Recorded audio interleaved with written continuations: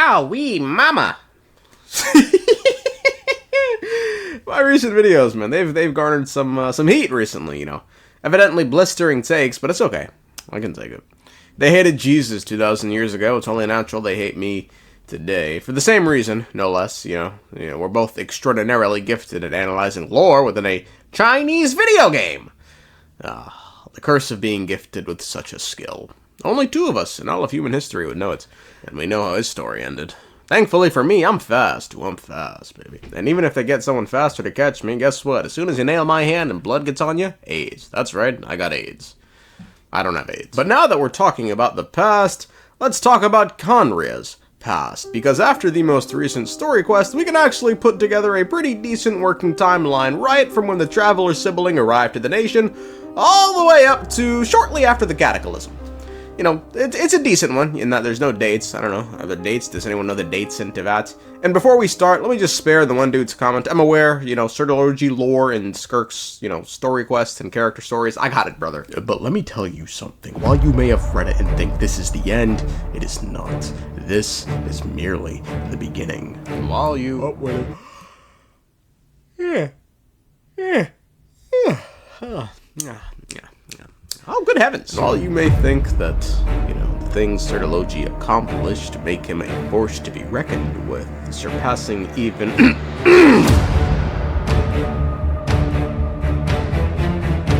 You simply aren't devoted enough. For all I see amidst that bastard sinner's sea of accomplishments is an even more terrifying foe in the heavenly principles, one that Suralogi would rather leave alone than test his might against, but this is all for another time. We're here for something about Jesus in China. Anyway, let us begin. In the shadow of a godless empire, a dangerous ambition took roots. Khaenri'ah, fiercely independent, defiantly mortal, harbored a disdain for Celestia that transcended rebellion.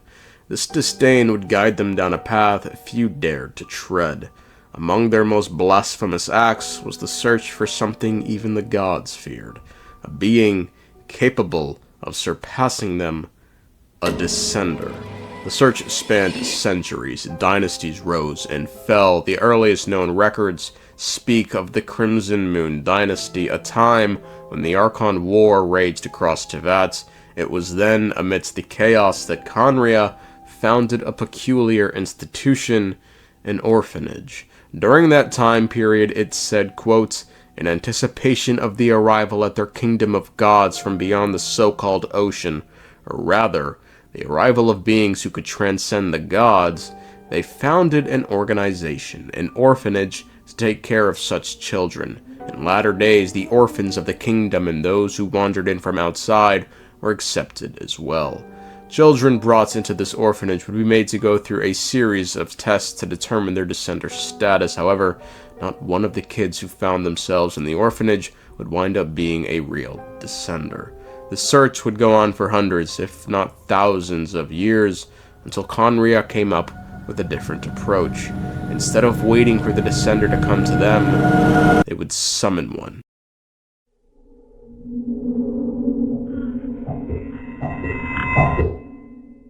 By this time, the Crimson Moon Dynasty had fallen, and in its place, the Eclipse Dynasty ruled supreme, seemingly adopting a more hands-on approach with the nation's ultimate goal of finding the one who can transcend. It would seem the Vinster King decided to look beyond the stars, and while the details of how this was done remain a mystery, we do know this. Quote, O Almighty Sovereign, the Universitas Magistrorum has provided the predictions you requested. The two stars have been captured by the world's gravity. After a lengthy orbital period, today their paths shall intertwine once more. Given beings who arrive to this world from beyond are portrayed as stars, and given we've seen a multitude of media depicting the twins as stars, it's very likely the two stars mentioned here are in fact the Traveler and their sibling. The twins would eventually crash land on Teyvat due to the heavens responding to the summoning, although, worth mentioning, heavens translates better to sky. The reason why there are records about your sister in Irminsul. It might have something to do with Khaenri'ah. Apparently, Khaenri'ah was her first destination when she arrived in this world. Plus, she only came to this world because the heavens responded to the summoning. And it's with the crash itself that details get especially confusing. While the twins were once described as having come to Teyvat within a meteorite. So your first memory after coming to this world was being awoken by your brother from within that meteorite. This has since been corrected most recently to them having come via a spaceship in a hibernation pod, with no mention of any said meteorites. In any case, when the Sibilings crashed onto Teyvat, they were separated and then only the Sibiling made it to Khaenri'ah. The location of the traveler was unknown.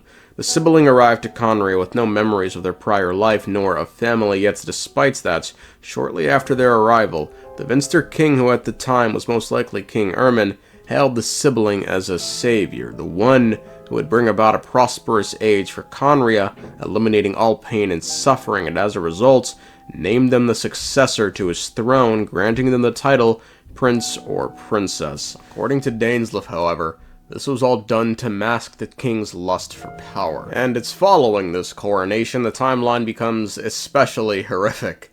The Sibiling would seemingly rule as the Prince/Princess of Khaenri'ah for many years, living with a royal court mage named Piero, all the while slowly regaining their memories, up until they remembered the other one. Their sibling. The Prince/Princess would then scour the world in search for their twin, then seemingly return to Khaenri'ah after the search bore no fruit. It's around this time, or over the course of many years, the sibling's body would be used by the Vinster king as a vessel for holding unlimited abyssal power. Quote, "As for the royal heir with the golden hair, she/he was led by the last Vinster king down to the kingdom's deepest depths, but the golden-haired heir was used as a vessel by which unlimited abyssal power could be absorbed, and she/he became the key to the world's near annihilation." It's at some point nearer to this, presumably, the Abyss Sibling had the abyssal power within their body divided up 6 different ways, with 5 of the ways going to the bastard sinners. The wise Roptatir, the visionary Vedderfolnir, Gold, Rhindaughter, the foul Surtalogi, and Rehir of Solnari, Rerir.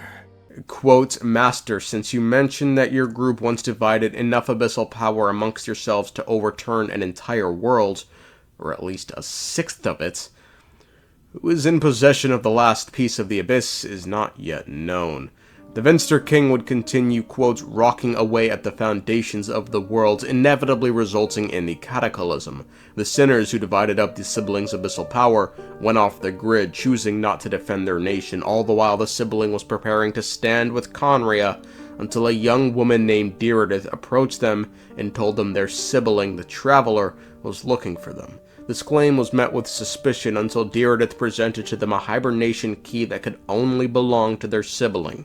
The Prince/Princess was then left with 2 options: stay and protect Khaenri'ah from disaster, or abandon it to find their family.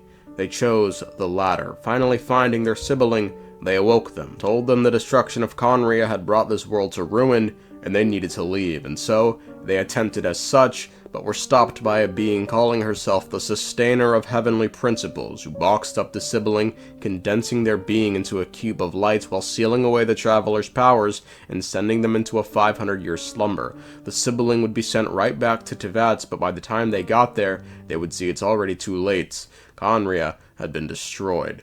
The timeline becomes blurry again here. They'd find themselves at the Sea of Flowers at the end with a man named Dainsleif, and the two would choose to journey through the 7 nations of Teyvat, searching for one another's fates. While on their journey in Sumeru, the sibling would run into a man named Clothar Alberik, who just sort of, lay the seeds for getting him to join a fun-sounding club he'd find sometime in the future called the Abyss Order.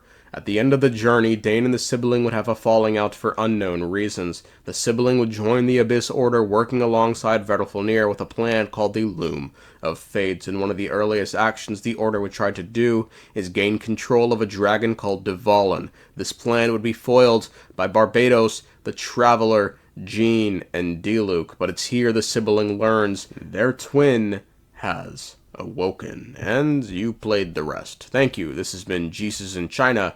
Take care.